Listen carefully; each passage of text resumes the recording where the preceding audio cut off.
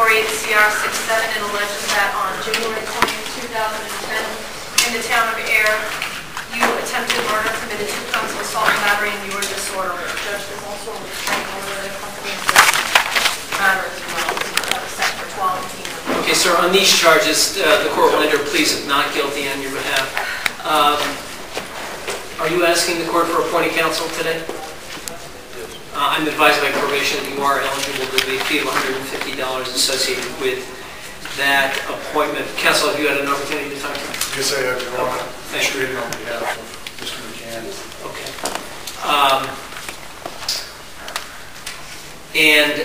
Is the Commonwealth requesting conditions of release? Yes, Your Honor. The Commonwealth is actually moving to revoke the defendant's bail. I have provided a copy to counsel.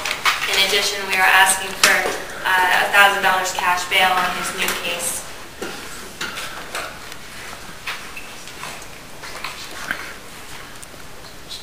Okay. Is counsel prepared to argue Commonwealth's motion to revoke bail? Yes, Your Honor. Hold on just 1 second.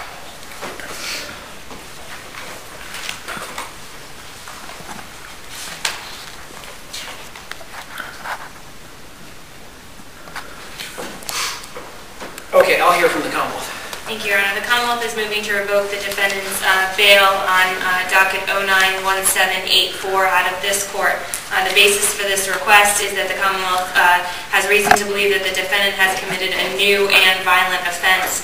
Your Honor, the facts as alleged with respect to the new offense are as follows. On January 20th, the officer of the Ayer Police Department was working the midnight shift when they responded to a 911 hang-up call. They were dispatched to 23 Sandy Pond Road in Ayer. Upon arrival to the rear parking lot of the apartment complex, the officer noticed a male, later identified as David Adams, standing at the rear door of the apartment. He told the officer his roommates were fighting. When the officer entered the apartment, she observed a female lying on the floor of the kitchen. The officer entered and began speaking with the female, who was later identified. The officer asked her what was going on. She explained that she and her boyfriend were fighting. The officer asked her why she was on the floor, and she told the officer because that's where he put her. The officer attempted to find out how she was physically harmed.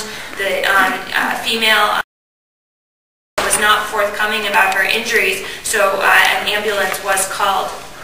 She was eventually able to get up from the floor partially and sat up. She explained that she had called 911 and hung up. She and her boyfriend, Shaun McCann, the defendant before you, had been arguing. The officer noticed red marks on her neck consistent with strangulation.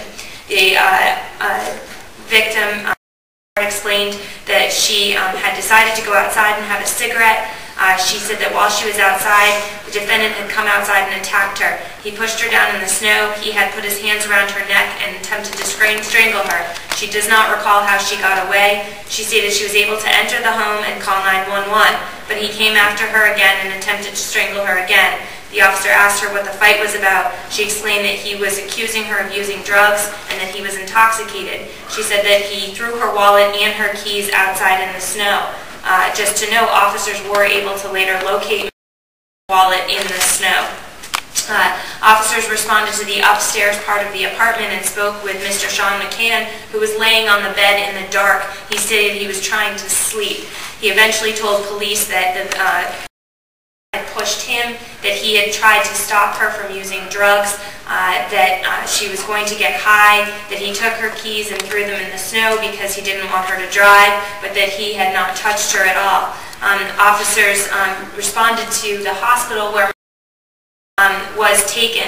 She stated again that she believed Mr. McCann had strangled her 3 times, each being approximately 10 seconds. She believed that there was one time he used only his right hand, but at least one other time he used both hands. She does not remember losing consciousness or reports having a headache and feeling nauseous. She stated that he has strangled her in the past and referred to an incident in December of 2009.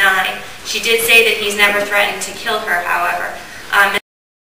Did request an emergency restraining order, and that emergency restraining order was granted. Your Honor, photos were taken of Ms. McCann's neck, and if you look closely on the photos of her neck, you can see marks on the back of her neck as well as on the front from where fingerprints were left and marks from a finger. Your Honor, in addition, there were bruises to the defendant's arm, and I do submit those to the court at this time for your review. Your Honor, Have you seen these? Yes, I have, Your Honor.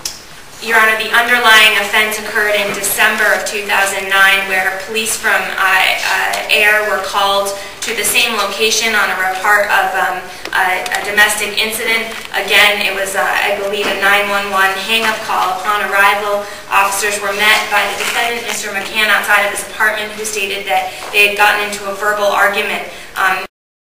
The same victim was located in their bedroom on the second floor and was lying on the floor in the middle of the room crying hysterically. They were able to calm her down. She explained that they were in a verbal argument. And again, as in the most recent incident, Mr. McCann had picked up her keys and walked outside. She had followed him outside to prevent him from throwing the keys into the wood. At this point, Mr. McCann threw her to the ground, placed his hands around her neck in an attempt to strangle her. She was able to get away and enter the apartment, at which time she dialed 911 using the speakerphone. Mr. McCann followed her in and hung up the phone on her before she could speak with the dispatcher. She ran upstairs, where she stayed until the officer found her. When speaking to back in December, the officer noticed that her left eye was slightly swollen compared to her right eye. Mr. McCann alleges that he did not touch her and does not know where she got the mark in the eye. Again, reports that he was using crack cocaine and that he wanted to stop her, but that no physical encounter occurred, Your Honor. Your Honor, both offenses before you involve the same acts of physical violence, strangulation. Victims showed physical injuries on both incidences. Both incidences were similar in nature. The defendant was released on a personal recognizance on the last case in December, and is just now, a month later, back in court for the same exact offense. In addition, he was given bail warnings and told to abide by any restraining orders and to not abuse the victim, Your Honor. He's violated those, the no abuse order and the order of the court not to commit any new offenses. In addition, Your Honor, the Commonwealth is asking for $1,000 cash bail.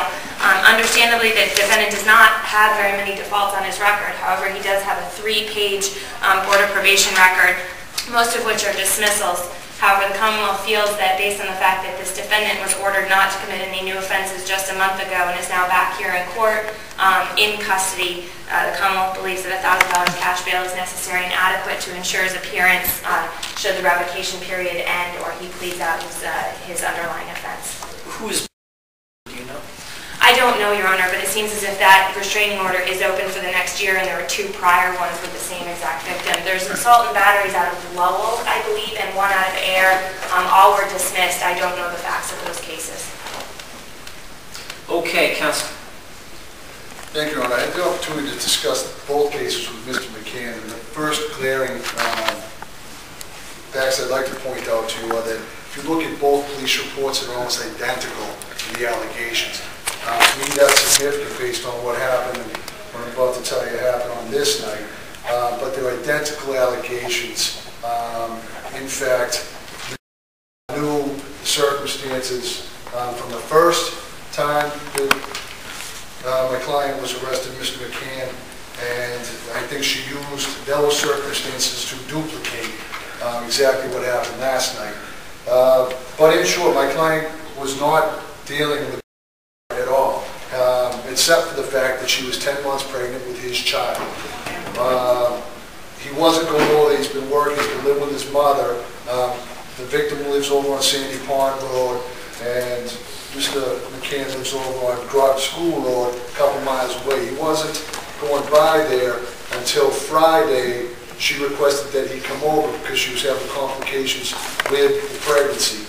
Mr. McCann did go over on Friday night. In fact, went to the hospital with the victim at 4 o'clock, stayed there till 6 o'clock the following morning, which would bring us to Saturday morning. On that day, they did confirm that she was having a miscarriage, that she needed further medical attention, and Mr. McCann did stay with her that whole weekend.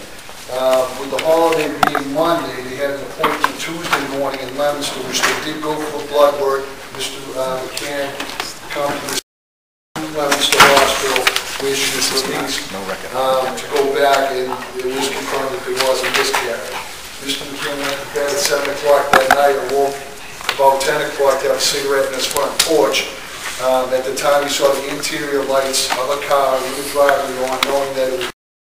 He went out and he was sitting in the car with her to enjoy his cigarette while she was in the car. When he got to the car, he looked in, she was in smoking crack in the car. This is the same thing that happened on 12/3, where the first alleged altercation happened. At that time, Mr. McCann expressed his displeasure with her smoking crack. She said she has the right to do it. It's a problem that she has, that she's dealing with. Mr. McCann left the car, went onto the porch. The police reports do not reflect this, but at that point, came from the car to the porch with a knife in her hand at Mr. McCann. I actually have a call into the Ayer Police Department to go over to Sandy Pond and look for the knife, which my client says is sitting right next to the porch in the snowbank, which they did not recover nor mention in the police report. When this hearing is over, I will go by myself to the police department to see if that will turn up. At that time, she attacked Mr. McCann. He did nothing to her as far as trying to stop her. The knife did go to the side of the porch. He, at some point, did physically hold her because she was swiping at him, punching at him. They entered into the house. She sat on the floor. He went upstairs, and that's when the police arrived. I do point that there is a witness listed in both these, who's the roommate of Mr. McCann, who did not witness either by sight, but witnessed both episodes and said that he did not have any indication there was any physical violence between the parties other than the arguments. At this time, Mr. McCann's being held and they're trying to revoke his bail. I look to the first case in astonishment again when I have these type of cases before the court, where either the prior counsel did not request some type of no contact or no abuse and a stay away, and we have a domestic situation. We talked to Mr. McCann in hindsight. He understands he never should have gone over there, but was requested, and it is his child that he just lost, and that was why he was over there. He denies any physical allegations except trying to keep this girl off him on this night of the most recent allegation of assault and attempted murder. And he further states that any assault was done by her. She came after him with a knife. He got himself out of the situation. When the police showed up at the house, he was up in the room by himself. He was not downstairs. I believe, and I don't have the records to address this, but there were admissions made by Ms. Hart both times that she was highly intoxicated and smoking crack during both of these days. Again, my client was very displeased about that, but at no point did he put his hands on her or attempt to strangle her. And I do point that both allegations are almost identical, and that both allegations are not supported by a witness that was there, heard everything, and says that he did not witness any violence. Okay, thank you, Counsel. Your Honor, if I may just briefly. Well, let me ask you, and then I certainly will hear from you. On the 1784 of 09, the previous offense, what is the actual charge? Your Honor, assault and battery. The strangulation.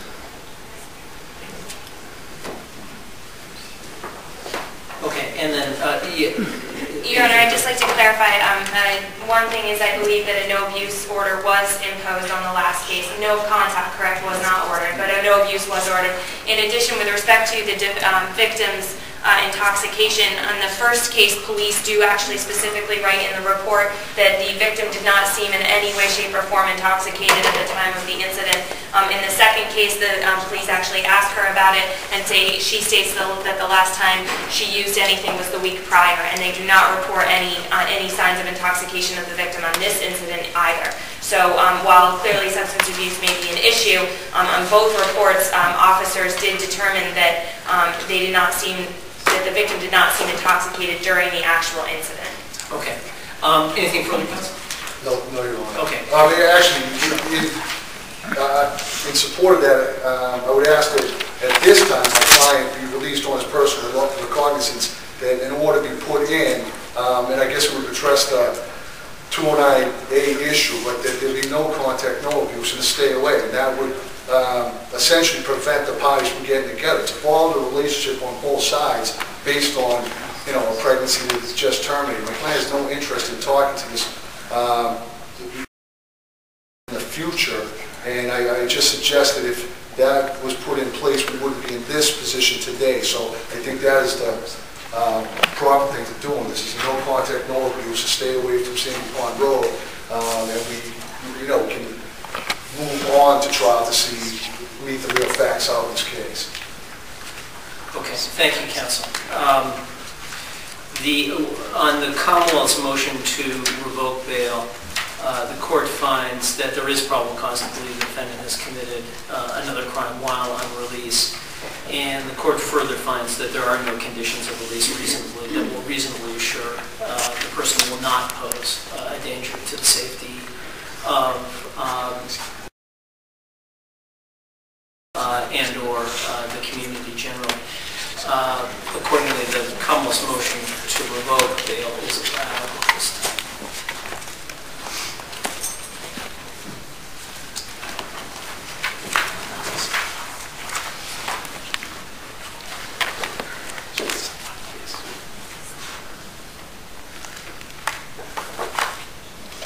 With respect to the Commonwealth's request for bail on the new charge of attempted murder, the court is going to set bail in the amount requested.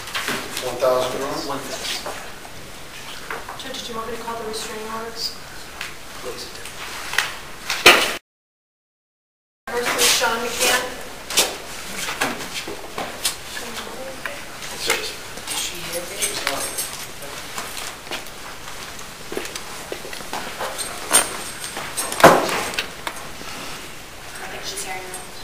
Did she have any communication with the advocate? I don't believe so, Your Honor, but I've tried to call the number a few times and we haven't been able to reach her. I know that she was in the hospital last night and that's when the emergency restraining order was granted. I don't believe she's here today. It's my understanding she's having problems due to the other matter we were just discussing. She had an appointment today. It does indicate in the police report that she did have a miscarriage within the last few days, Your Honor. I believe that's where she is. In any way, if counsel's asking for the no contact, then we can try to communicate that no contact order is in existence. Okay, the court will enter as a condition that the defendant not have any contact with the named victim in the matter. A condition of what, though? Well, in that's the my event, point. I mean, we've got he's revoked, and there's in the event that he is released. So it's only on the new 1,000. That is correct. Okay. And I would suggest that also includes telephone calls and letters too from jail. So no contact. There is to be no contact. So that includes direct or indirect, telephonic, electronic. I understand it, but I don't see that there's a vehicle to put that on right now. Because again, if you revoke bail, there's no conditions. On the previous offense, on the earlier offense. Okay, so on the new offense, okay. I'm imposing that as a condition. Okay, thank you. Okay. And then the restraining orders expire by law?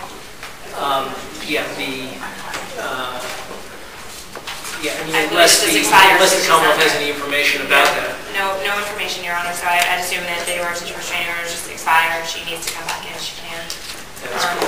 In addition, Your Honor, I believe that Attorney Visconti went to the new case, and the new case does have a trial date of 3/16. Does that date stand? Is Attorney Visconti still? Well, we'll talk about scheduling now. I don't know, because I haven't spoken with Attorney Visconti on the case scheduled for trial. I would not suggest that go to trial by any means. Okay. Based on my representation of the client on the new charge. Okay. Does it make sense? Well, what date are you asking for on this one? Your Honor.